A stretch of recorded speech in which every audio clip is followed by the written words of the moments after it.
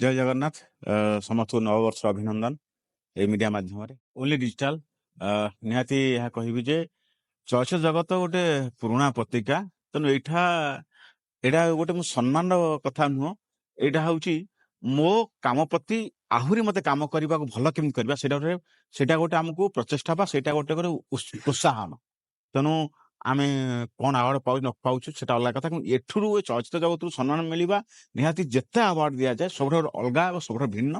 ଆଉ ଏଠି ଏଇ କଥା ଯେ ସେମାନେ ଦେଖନ୍ତି ଯେ ପ୍ରକୃତରେ କୋଉ ଗୀତ ଭଲ, ହିଟ୍ ଫ୍ଲପ ର ଅଲଗା କଥା, ଯେ ପ୍ରକୃତରେ କୋଉ ଗୀତ ଭଲ ତାକୁ ସେମାନେ ବାଛି ଦେଇଥାନ୍ତି। ନିହାତି ଆଦିଗନ୍ତ ବାବୁଙ୍କୁ ଧନ୍ୟବାଦ ଜ୍ଞାପନ କରିବି। ନିହାତି ମୋ team Siddharth team Sitaram sir, Namita ma'am ଏବଂ ମୋର ଗୀତିକାର ଅରୁଣ ଭାଇଙ୍କୁ ମଧ୍ୟ ଧନ୍ୟବାଦ ଜ୍ଞାପନ କରିବି। ତେଣୁ ସବୁବେଳେ ଯେତେବେଳେ ଆମେ ଆୱାର୍ଡ ପାଉ ଆମ ମୁଣ୍ଡ ଉପରେ ଆହୁରି ଗୋଟେ ବୋଝ ଲଦା ଯାଏ ଯେ ୟା ପରେ ତମେ ଆଉ କଣ କରିବ, ଆହୁରି କଣ ଭଲ ଗୀତ କରିବ, ଏଇ ଗୀତକୁ କାଟିକି କେମିତି ଆଗକୁ ଯିବ। ନିହାତି ଆୱାର୍ଡ ପାଇଁ ଆଉ ଥରେ ଚିନ୍ତା କରିବ। ତେଣୁ ଏଇ ପ୍ରଚେଷ୍ଟା ମୋର ରହିବ। ସବୁବେଳେ ମୁଁ ଆୱାର୍ଡକୁ ଯେତିକି ବିଶ୍ୱାସ ଭରସା କରେ, ସବୁବେଳେ ମୋର ପ୍ରତ୍ୟେକ ଗୀତକୁ ମୁଁ ସବୁବେଳେ ପରୀକ୍ଷା ଭାବିଥାଏ। କାରଣ ଏଇ ଗୀତ ମୋ ପାଇଁ ଗୋଟେ ପରୀକ୍ଷା, ଏହା ମୋ ପାଇଁ ପ୍ରଥମ, ଏହା ମୋ ପାଇଁ ଶେଷ। ଏଇ ପରୀକ୍ଷାରେ ଭଲ ନମ୍ବର ରଖିଲେ ମତେ ଆଉ ଆଗକୁ 4ଟା ପରୀକ୍ଷା ଦେବା ପାଇଁ ସୁଯୋଗ ମିଳିବ।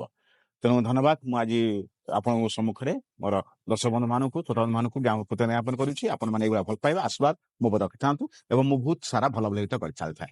ଧନ୍ୟବାଦ।